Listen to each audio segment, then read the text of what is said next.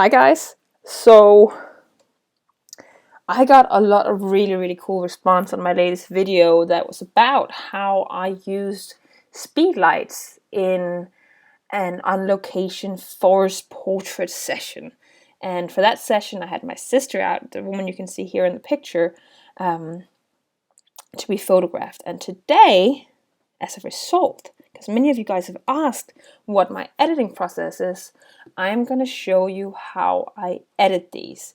So I just opened up this image in RAW because I want to show you from start to finish what I do. This is the way the image looks straight out of camera.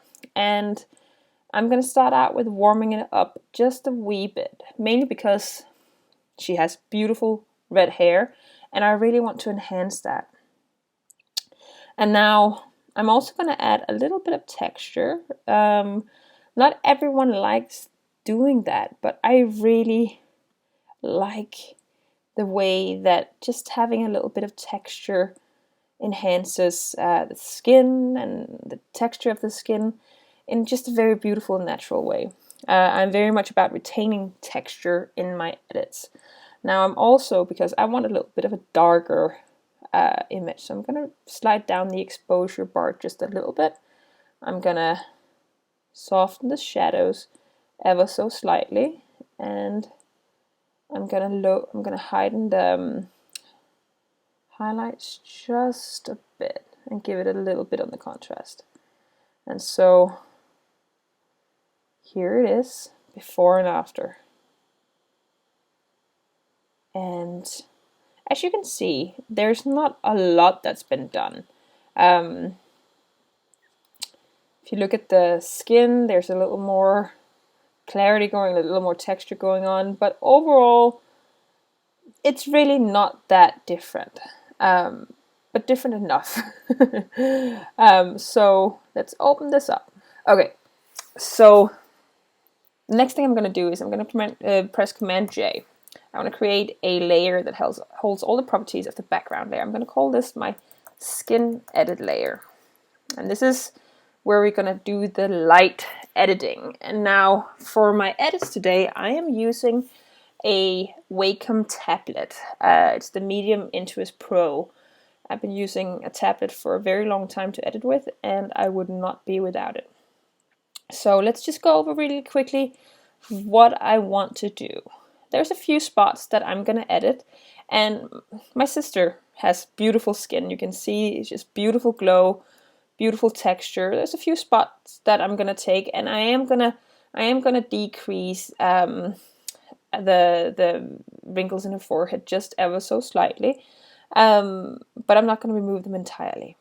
I'm also going to enhance the eyebrows. I'm going to enhance the eyes. I'm going to enhance the shadows. I'm going to take away some of this fuzz, and I'm also going to remove these strands of straws because they are disturbing the image.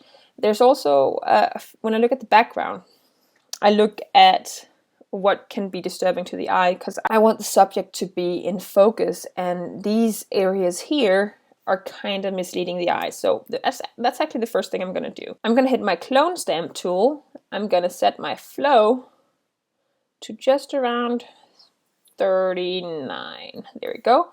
And I'm just going to kind of take these, I'm going to sample from other places just below it and take these very light spots and remove them, just to make sure that the eye is focused at where we want it. Now this is a very important thing when you do photography and when you do your edits, because you want to make sure that the viewer's gaze is directed at what you want it to, not what the image suggests that it should. And of course there's a lot of things that needs to happen in like when you create the image, but you're not always prepared to fix those things because you don't know they exist before or after you have captured the image itself. Now let's see before and after. So you can see already now we have taken a lot more focus on her. And next thing I'm going to do is I'm actually going to Do a little bit of a crop, not a lot, just a little bit. I like to keep my subject a little out to the side so they're not dead center. It just creates a very interesting feel, and again it directs the eye. Okay, so let's go down here. You can see the straw down here. It bothers the crap out of me, so let's get rid of that. And again, I'm just using the clone stamp tool to get rid of that. And let's go around here and see how the hair looks like.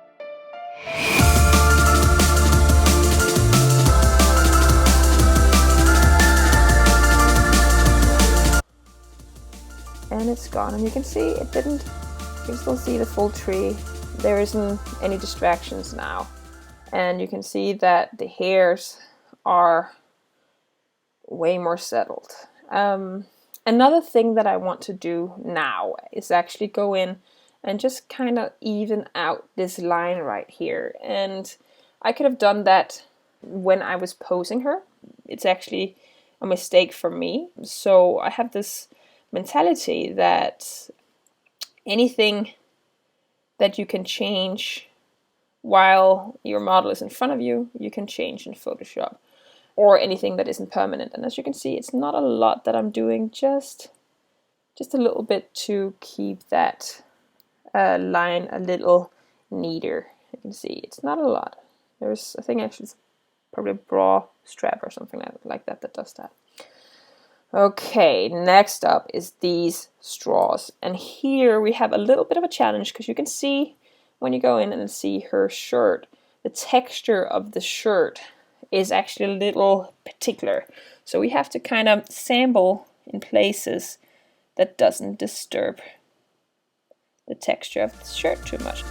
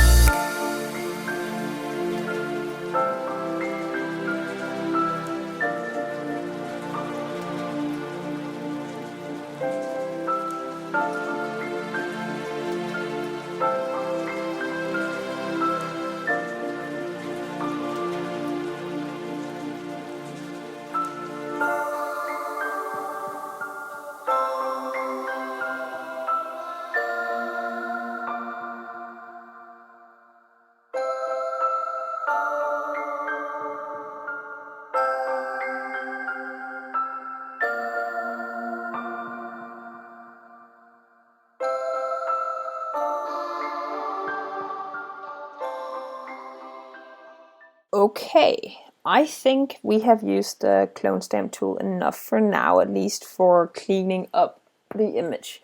So let's see the before and after. And you can see quite a bit have happened. And suddenly the eye is way more directed and focused on her. It makes a huge difference.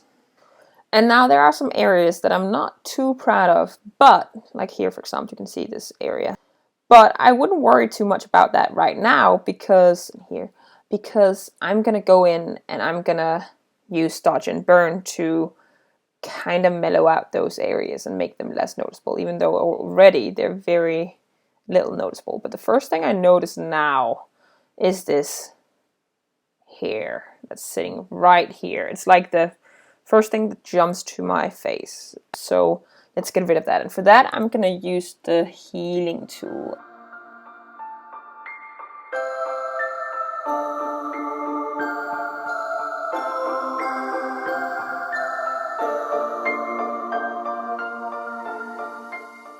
So this is what we have to play around with. And we've gotten quite far in a very short amount of time. So I'm going to go back to the healing brush tool, and now it's time to start working on her face.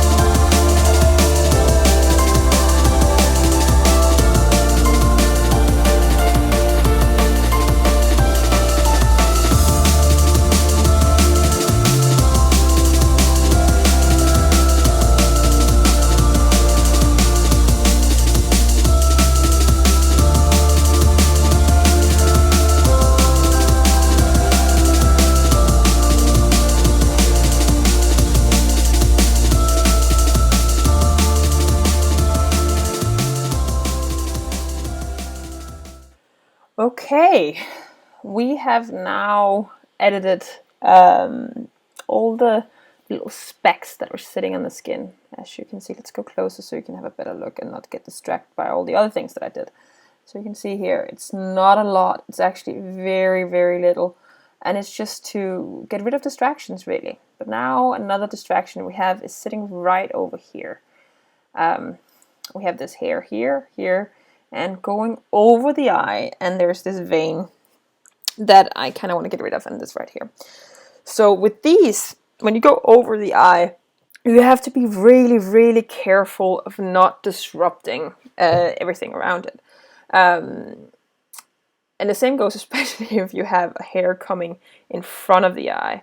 And then you have to sample really, really close and be really, really careful. But this one is actually a little bit easier. But again, the same thing goes. Just sample really close to it.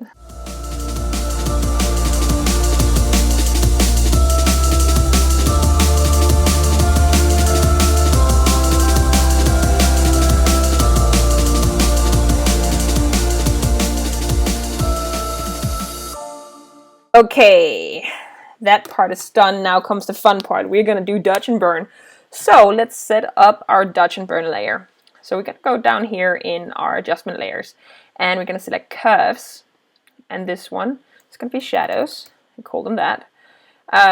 Mainly because I never remember what is dodge and what is burn. And then we're going to lower the curve like so. We can go more, but remember, the more you do, the harsher the result's going to be. Now you press Command I. Make sure that your layer is selected. There we go. Make sure to select your mask and press Command I, and that will invert the layer, hide what you've just done. We're going to do the same thing now, opposite. So you're going to lift the curve adjustment up, press on it, Command I, name it highlights. Oh. And then we're going to hold down Command. Hold down Shift. No! We're going to hold down Command and hold it down while we group these layers together and call it dodge and burn. Voila! Dodge and burn. Very easy, very simple. Then you take your brush tool, and for this harsher stuff, I like to put it at 3, sometimes 5, depending. So that's everything like the background, the hair, harsher shadows, and highlights. And for the finer shadows, I'm gonna use 1.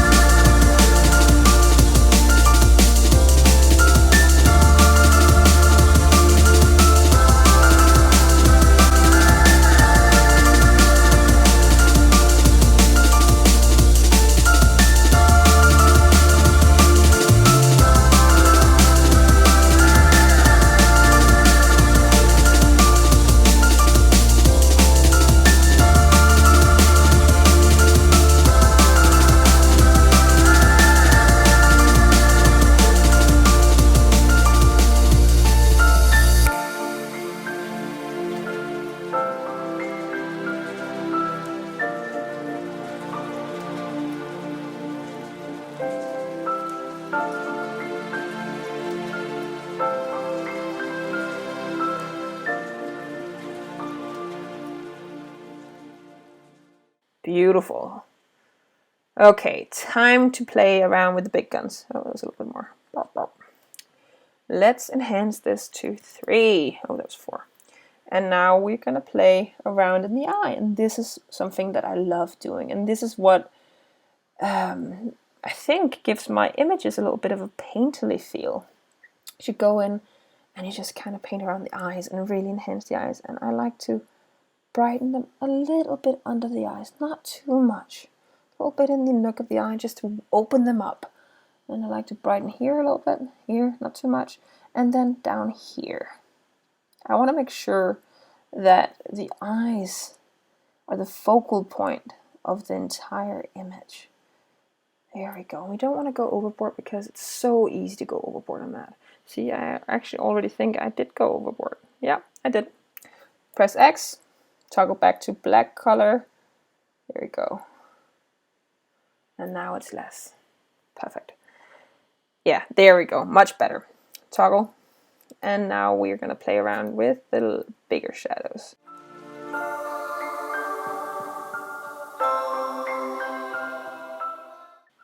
Okay, ladies and gentlemen, I think we're there. This is my edit, and I am going to take it down and just take it down to 83%. Maybe more. Yeah, I'm going to take it further down. Perfect. There we go. Not too much, not too little. Make sure that she still looks like herself. We are going to play around in toning the image. And I'm going to start out with selective color. I always start out with selective color. After I discovered selective color in my workflow, it was, oh my god, it just changed everything. I love it. So we start out with reds. That's the first one up here. And we're just going to see what do we have of different things here. And I want to keep the reds in it. We can always make more layers. We can always adjust. But I want to make sure that we have warm, beautiful colors. So just kind of familiarize yourself with the levels, the adjustments that you're making. Get that a little bit up. And don't worry if it seems like a little too much right now. We're going to change that later. It doesn't have to be too much. And you can always change the opacity of what you're doing.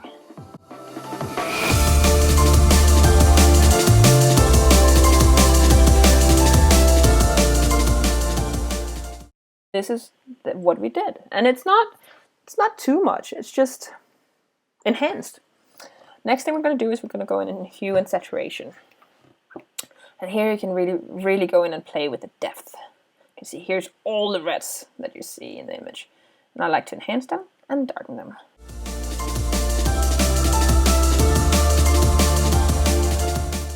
Okay, so I'm just going to group these two layers together and call them toning. There's going to be more layers in this toning layer, but now you can kind of toggle back and forth and see what we're doing. Now, as you can see, it's a very strong image, and if you remember my YouTube video, this is the colors weren't this strong. Well, that's because I always mute them again. I enhance them and then I mute them. I am a little backwards sometimes, and sometimes I feel like I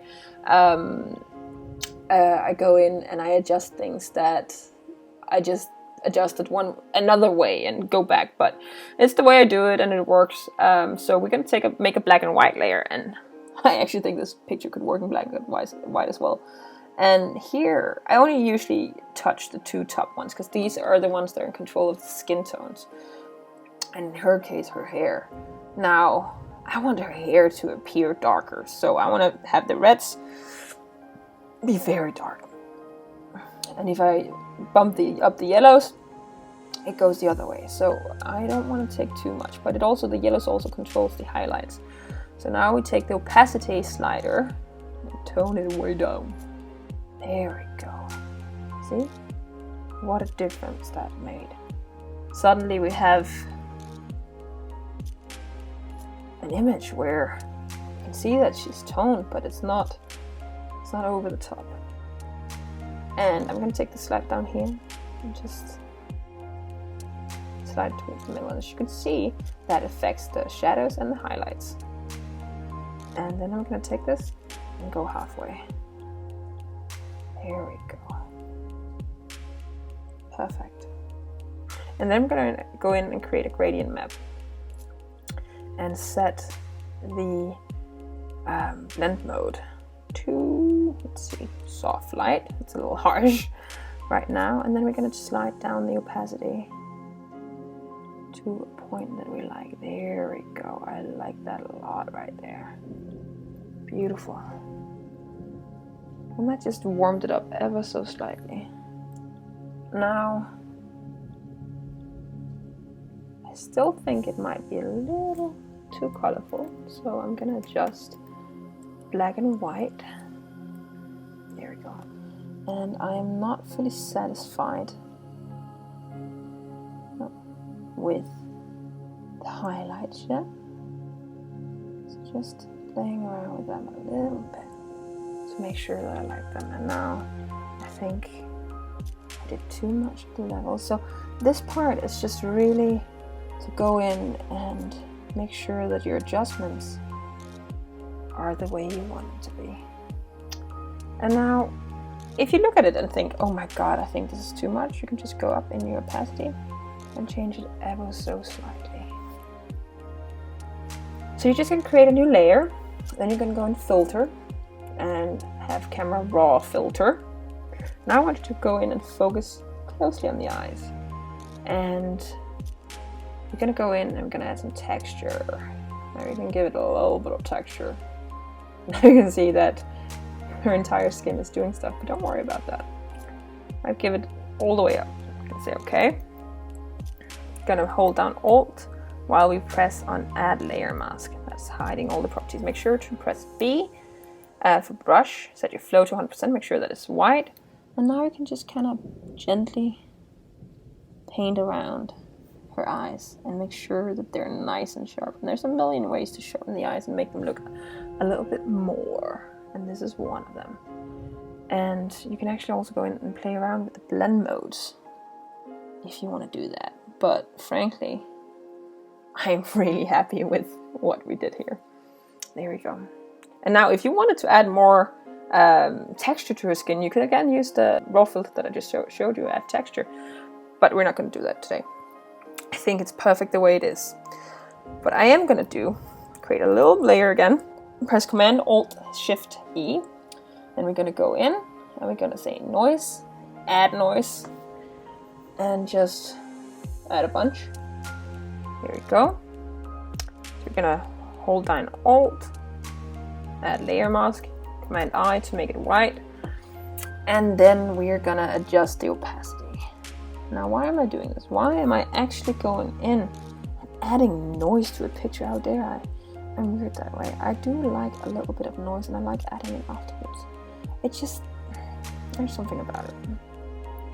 I'm weird that way. So, here's the image. Let's group all these layers together so you can see the before and after. This was before, and this is after. And that's my process, you guys. If you enjoyed this video, feel free to like my video and comment below if you have any questions. And please, please, please, please, please subscribe to my channel. I love all the wonderful comments that I get from you guys. And I just love creating these videos for you. So the more that subscribe, the easier you're going to make my job. So thank you so much for tuning in. And until next time, have a beautiful day.